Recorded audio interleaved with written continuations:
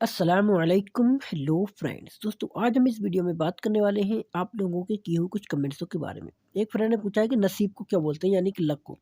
इसे कई तरीक़ों से बोला जाता है, ठीक है। वो आज हम बताएंगे इस वीडियो में, तो ठीक है।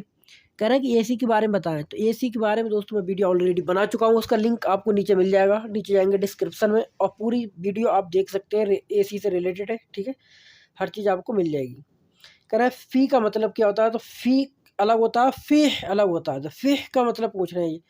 फ़िह का मतलब भी दो दो तरीके से आता है, वो मैं बताऊंगा इस वीडियो में, ठीक है।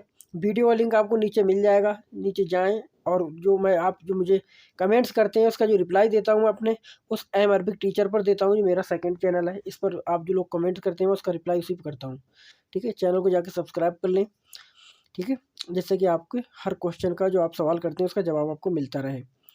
तुम वीज़ा निकाल कर मुझे दे दो, you take out the visa and give it me, मतलब उसे निकाल कर मुझे दे दो। तो किसको किस तरीके से बोलेंगे, वीज़े के बारे में पूरी तरीके से बता चुका हूँ मैं, किस तरीके से बोलना है आपको, ठीक है।